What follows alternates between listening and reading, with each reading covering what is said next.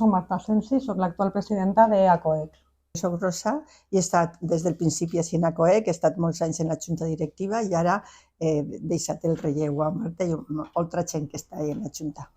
ACOEC et vas començar l'any 98 com una organització de cooperació en poqueta gent que tenien inquietuds i a poc ha anat evolucionant. Va començar sent una entitat de persones amigues del món de la sanitat, éreu totes metgesses, infermeres, matrones, que anàveu a Equador.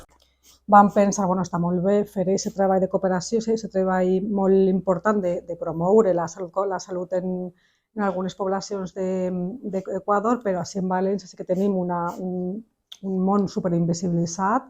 Així en el barri estem des del 2012 o així. Només vam arribar, el primer que vam fer va ser contactar els serveis socials. Vam dir, estem així, què necessita el barri? Vam contactar en seguida amb l'associació de veïnes i veïns, que comptava i continuem comptant molt amb nosaltres com a entitat, ja que portem un arrelament molt prou llarg en el temps, i van començar fent projectes molt xicotets de reforç educatiu, oci temps lliure, tallers en mares. La majoria són persones, són famílies que ens deriven des de serveis socials. Això ha canviat i ara tenim més relació amb els centres educatius, amb el centre de persones majors, i ja portem projectes acompanyant a famílies, a xiques i xiquetes, a mares, a persones en situació de vulnerabilitat. I després també està la vessant intercultural que no hem parlat, perquè no hem fet un càlcul, però el 90% i pico de les famílies que acompanyem són persones migrants.